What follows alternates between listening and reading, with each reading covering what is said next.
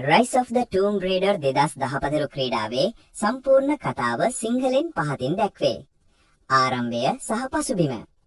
ලාරා ක්‍රොෆ්ට් ඇගේ පියා වූ රිචඩ් ක්‍රොෆ්ට්ගේ පර්යේෂණ පත්‍රිකා ඔස්සේ යමින් කිටේජ් නම් අද්භූත නගරය සහ එහි ඇති ඩිවයින් සෝස් දිව්‍යමය මූලාශ්‍රය නමින් හැඳින්වෙන අමරණීයත්වය ලබා දෙන වස්තුවක් සෙවීමට පෙළඹේ. ඇගේ පියා මේ සෙවීමට උත්සාහ කරද්දී සමාජයෙන් ඔහුට අපහාස විඳීමට සිදු වූ අතර අවසානයේ ඔහු සිය දිවි නසාගත් බව කියවේ. ලාරාට අවශ්‍ය වන්නේ ඇගේ පියා නිවැරදි බව ලොවට ඔප්පු කිරීමටයි. සයිබීරියාවට පැමිණීම. ලාරා සහ ඇගේ මිතුරා වන ජෝනා සයිබීරියාවේ හිමකඳු අතරින් මේ නගරය සෙවීමට යති. එහිදී ඔවුන්ට ට්‍රිනිටි නම් රහස් සංවිධානය හමුවේ. ට්‍රිනිටි සංවිධානයේ සියවස් ගණනාවක සිට ලෝකය පාලනය කිරීමට උත්සාහ කරන පිරිසක් වන අතර ඔවුන්ගේ නායකයා වන්නේ කොන්ස්ටන්ටින්ය. කොන්ස්ටන්ටින්ගේ සහෝදරිය වන අනාද මේ මෙහෙයුමට සම්බන්ධ වී සිටී. ප්‍රධාන ගැටුම සහ රහස් හෙළවීම.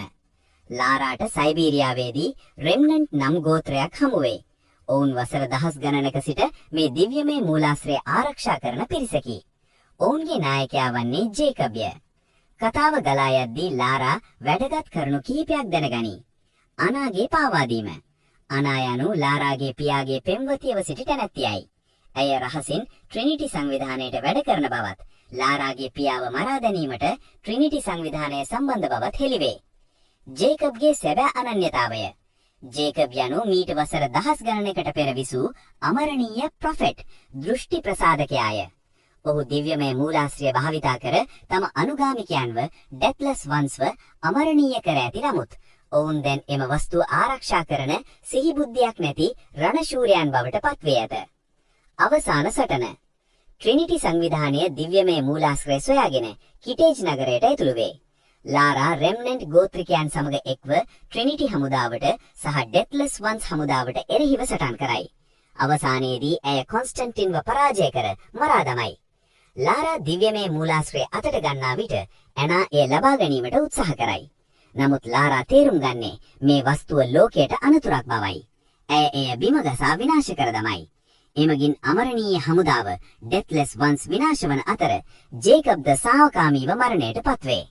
නිමාව. ලාරා නැවත නිවසට පැමිණෙන්නේ තම පියා නිවැරදි බව තහවුරු කරගෙනයි.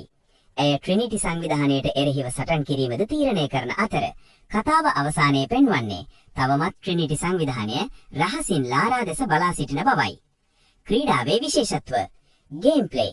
මෙහිදී ලාරාට විවිධ ආයුධ, බෝස්, රයිෆල්ස් භාවිතා කරන්නටත්, දඩයම් කරන්නටත්, ද්‍රව්‍ය එකතු කර උපකරණ සෑදීමට ක්‍රාෆ්ටිං හැකියාව ඇත. ටූම්ස්. ක්‍රීඩාව පුරා විසිරී ඇති පැරණි සොහන් ගැබ ගවේෂණය කර ප්‍රහෙලිකා විසඳීම මෙහි විශේෂ කොටසක්.